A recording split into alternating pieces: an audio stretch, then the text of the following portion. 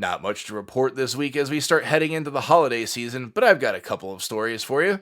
GigaBerlin will get cool new tech first. Tesla has new solar options. Model Y has been spotted in China, and Japanese EV fans just got some great news as well. This is Tesla Tidbits episode number 638, recorded for December 20th, 2020.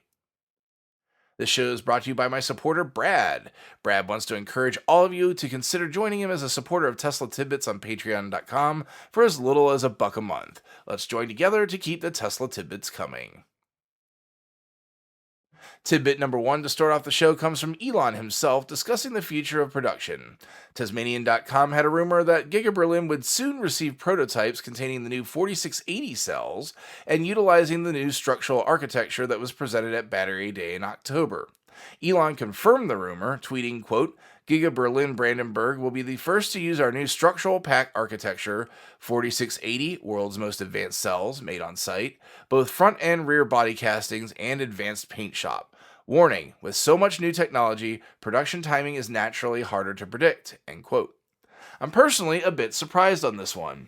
With the pilot production line being at Fremont, I guess I'd assume that the first production vehicles using the new technology would be rolling off the line at Fremont.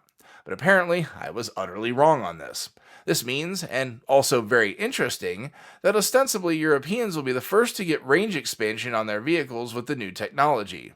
You have to think that in the US, that Giga Texas will most certainly start life producing the new cells, implicitly confirming that Cybertruck will ship with the new hotness on board. Another conclusion that can be drawn is that Fremont will definitely convert at the point that Giga Texas comes online.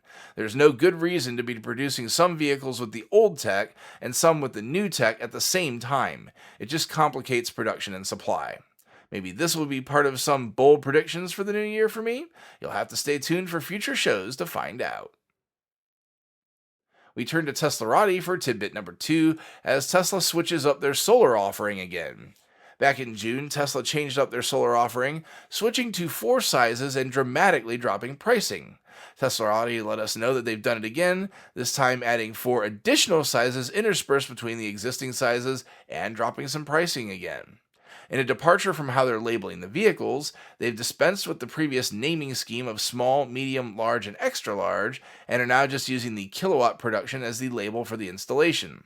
Sizes range from 4.08 kilowatts at the lowest, priced at $8,200 US before incentives and producing 16 to 21 kilowatt hours daily according to Tesla, all the way up to 18.36 kilowatts, priced at $36,900 US before incentives, and kicking out 70 to 94 kilowatt hours daily. I should note that the pricing is for California customers, and this may vary in other states. Tidbit number 3 this week comes courtesy of Jay in Shanghai, bringing us video of a camouflaged Model Y in China on the street. It's a short video, but interesting nonetheless.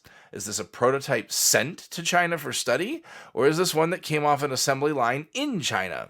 No way to really know for sure. I assume, as does Jay, that it's the latter and that this is one that came off the line in China going for a spin in public for testing. If this is the case, whoo boy, look out for the 2021 financials when these things start rolling out of the factory in China in earnest. We end the week at Tasmanian, where apparently Japanese EV fans are getting a welcome boost. Prime Minister Yoshisuga announced a goal to achieve near zero greenhouse gas emissions by 2050. One of the main strategies planned to support the goal was to promote EVs, and the Japanese government has followed through on those plans. Buyers of EVs in the country can expect the previous incentive to double from the previous 400,000 yen to 800,000 yen for a battery electric vehicle, and a bump from 200,000 yen to 400,000 yen for plug-in hybrid vehicles. It will be very interesting to see if we get to see a new benefit here in the US as well. With incoming President Joe Biden being very eco-friendly and already making pledges to increase charger installations in the country, could we see a change to the EV incentives here as well?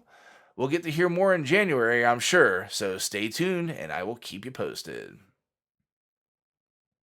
This will be the last show before the holidays start, so just a note from me to you, whatever holiday you celebrate, stay safe and I wish you the best over the holiday season.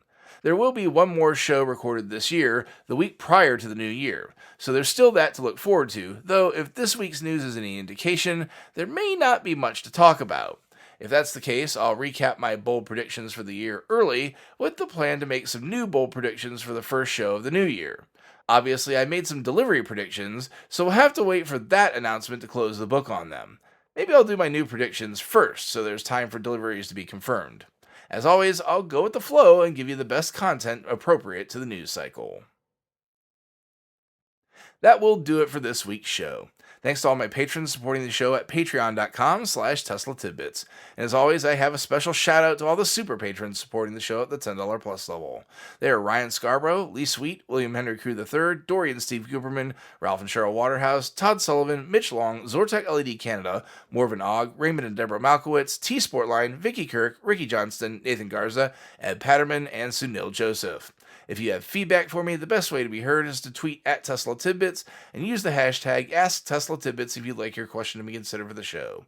Until next week, keep it charged and hit the road.